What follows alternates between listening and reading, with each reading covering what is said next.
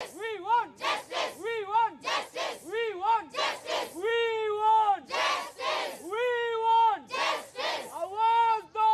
हम एक हैं. आवाज दो.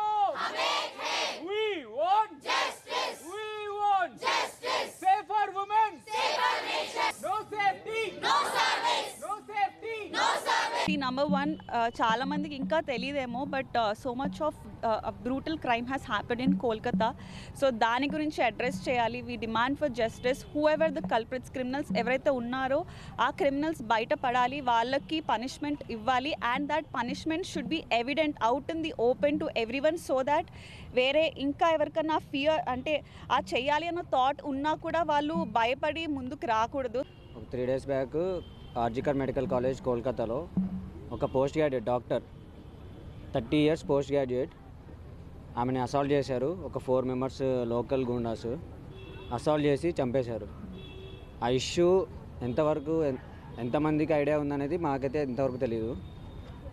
ఇట్లా ఇష్యూ అనేది ఒక డాక్టర్కి, మా కో డాక్టర్కి, మా సీనియర్ అయి ఉండొచ్చు, ఒక డాక్టర్కి జరగడం అనేది మాకు చాలా బాధగా ఉంది. దాన్ని మేము రిప్రజెంట్ చేయడానికి ఇష్యూకి, ఆమెకు జరిగిన దానికి న్యాయం జరగాలని చెప్పేసి మేము ప్రొటెస్ట్ చేస్తున్నాము. 3 days నుంచి ప్రొటెస్ట్ చేస్తున్నాము. పబ్లిక్ న్యూసెన్స్ ఏమీ అవ్వకుండా క్యాండిల్ లైట్ ర్యాలీ చేసాము, బ్లాక్ బ్యాడ్జ్ ప్రొటెస్ట్ చేసాము. ఈరోజు ఇట్లా ప్రొటెస్ట్ చేస్తున్నాము.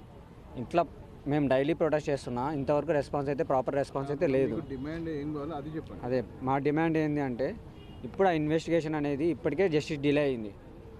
Justice delayed is justice denied. అట్లా ఇప్పుడు ఇన్వెస్టిగేషన్ సిబిఐకి ఫార్వర్డ్ చేసినా అన్నారు. సో సిబిఐ అనేది ఎంతవరకు ఎంత ఫాస్ట్గా ఆ కల్ప్రిట్స్ని బయటికి తీసి వాళ్ళకి శిక్షిస్తుంది అనేది మనకు తెలియదు. సో ఈ ఇన్వెస్టిగేషన్ ప్రాసెస్ అనేది ఫాస్ట్ అవ్వాలి ఒకటి.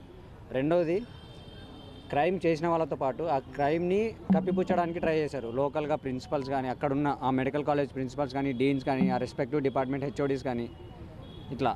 సో వాళ్ళని కూడా శిక్షించాలి. లేదంటే వాళ్ళని ఆ పొజిషన్లో నుంచి దించేసేయాలి. తిరిగి మళ్ళీ అదే పొజిషన్ వాళ్ళు ట్రాన్స్ఫర్ చేస్తారు. మనకు మోస్ట్ కామన్గా వచ్చేదంటే ట్రాన్స్ఫర్ చేస్తారు. ట్రాన్స్ఫర్ చేసిన తర్వాత ఇక్కడ హెచ్ఓడి ఇంకో కాలేజ్లో హెచ్ఓడిగా కంటిన్యూ అవుతారు. సో అట్లా కంటిన్యూ అవ్వకూడదు. వాళ్ళని కంప్లీట్గా దించేసేయాలి. వాళ్ళ సర్వీస్ పీరియడ్ ఉన్నంత వరకు వాళ్ళని హెచ్ఓడీస్గా లేదంటే ప్రిన్సిపల్స్ ఉన్న వాళ్ళు ప్రిన్సిపల్గా కంటిన్యూ అవ్వకూడదు. అది సెకండ్ డిమాండ్.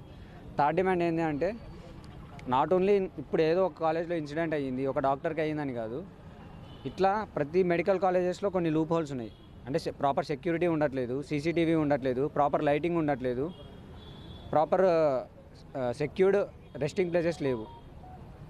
సో ఇవన్నీ ప్రతి మెడికల్ కాలేజ్లో ఇంప్లిమెంట్ చేయాలి. అది మా థర్డ్ డిమాండ్. ఫోర్త్ డిమాండ్ ఏంటి అంటే, ఒకసారి అయ్యింది, దీనికి జస్టిస్ జరగడానికి ఇంత టైం పడుతుంది, జస్టిస్ ఇంకా జరగలేదు, జస్టిస్ జరగడం కోసం మేము ఇంకా పోరాడుతూ ఉన్నాం.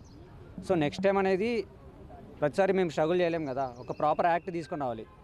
ప్రొటెక్షన్ యాక్ట్ అనేది ఒకటి రావాలి మాకు డాక్టర్స్కి. వర్కింగ్ ఏరియాలో సెక్యూరిటీ లేకపోతే ఇంకా మాకు సెక్యూరిటీ ఎక్కడ ఉంటుంది?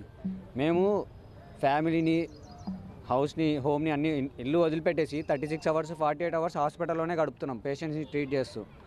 సో మాకు ఎట్లా అంటే హాస్పిటల్లోనే మా హాఫ్ కాదు 3/4 ఆఫ్ ద టైం ఇక్కడే పోతుంది మాకు.